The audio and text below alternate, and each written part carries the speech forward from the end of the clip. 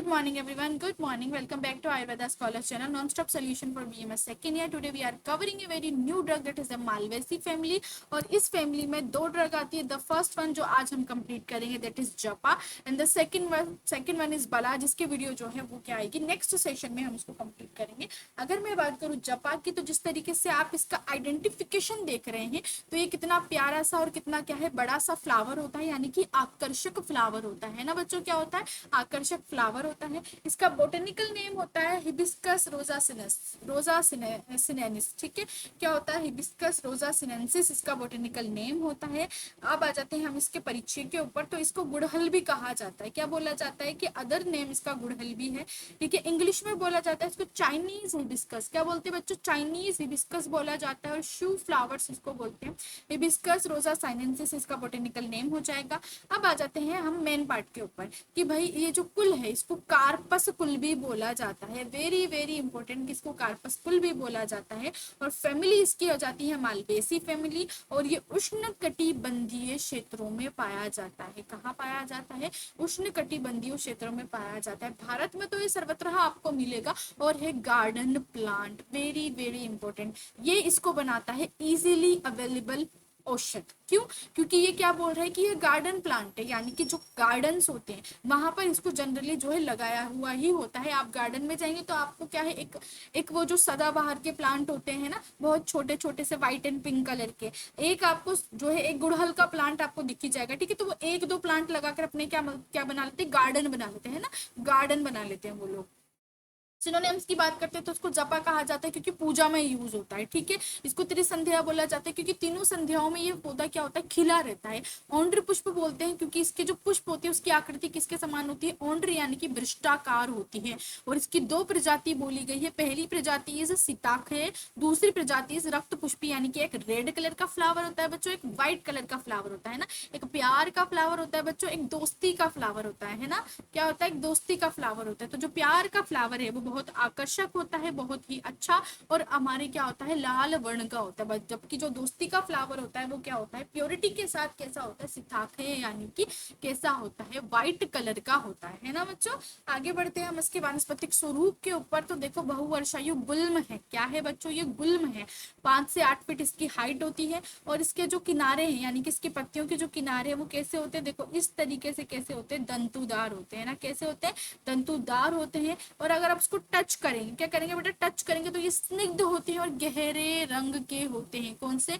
गहरे हरे रंग के होते हैं. इसका आकार कैसा है? अंडाकार या फिर लटवाकार, या यानी कि ओवल होता है. ये देखो इस तरीके से क्या होता है? ये ओवल होता है. ठीक है, इसके बाद आ जाएंगे हम इसके पुष्प के ऊपर. तो पुष्प की दो कैटेगरी थी, एक थी रक्त जपा और एक थी श्वेत जपा या फिर सीताक है.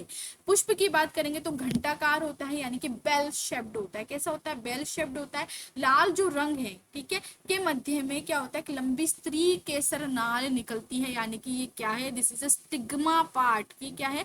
This is a stigma part of the plant. और इसके जो ये यहाँ पे छोटे छोटे छोटे से आपको येलो कलर के निकल रही है, क्या है? This is a male part of the plant. अब आपको पता ही है पूरी की पूरी फिजियोलॉजी क्या चलती है कि जो मेल के पॉलन्स होते हैं वो क्या होते हैं? स्टिग्मा पे गिर जाते हैं. तो ये क्या है? That is a bisexual plant. क्या हो जाएगा? ये बाइसेक्सुअल प्लांट होता हुआ. अगर हम इसके फ्रूट की बात करते हैं तो ये क्या होता है कि इसमें फल नहीं आते, यानी कि बीज निर्माण क्या है? दुर्लभ है.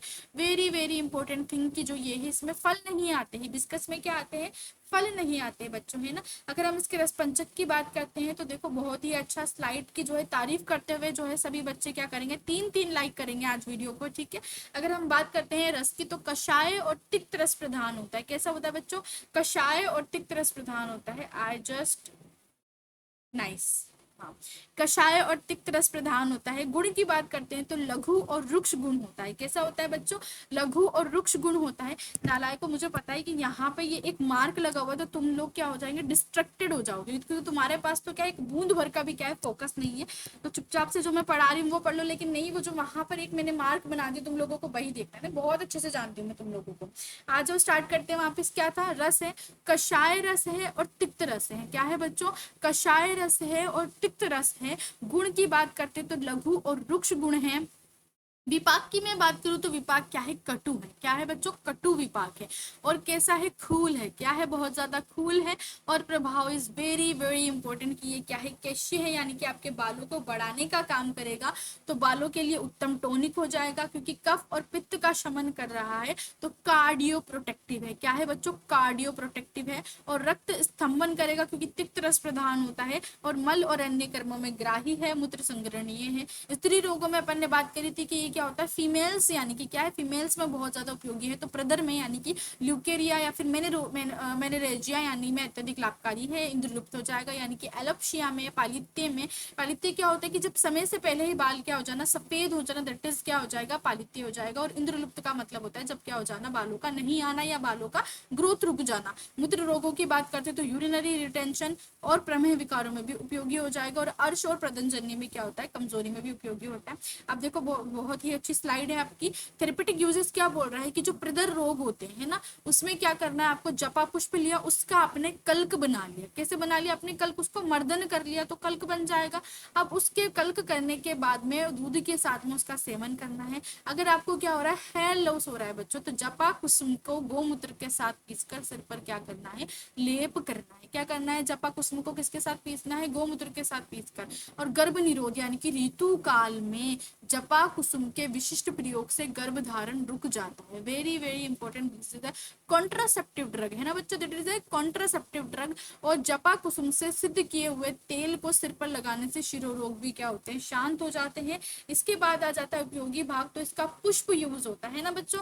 तो इसका पुष्प ही इतना सुंदर है, किसी और पे हमारी नजर ही नहीं गई, तो इसका प्रयोजन क्या हो जाएगा, पुष्प हो जाएगा। स्वरस है तो 3 से 20 मिलीलीटर, चूर्ण है तो 3 से 5 ग्राम हो जाएगा। प्रमुख योग में आ जाएगा जपा कुसुम तेल, जिसको यूज किया जाता है केश विकारों के लिए। एकल प्रयोग में कल्क और स्वरस आ जाएगा। तो निष्कर्ष क्या निकलता है कि मालवेसी कुल का एक सुलभ और अत्यंत प्रभावी औषधीय शुभ है, जो कषाय, तिक्त रस और शीत वीर्य और कफ पित्त शामा की विशेषकर केश और स्त्री रोगों में यूज होता है। तो यहीं पर हमारा हिबिस्कस खत्म होता है। अब हम मिलते हैं अगली वीडियो में बला के साथ में। Bye bye.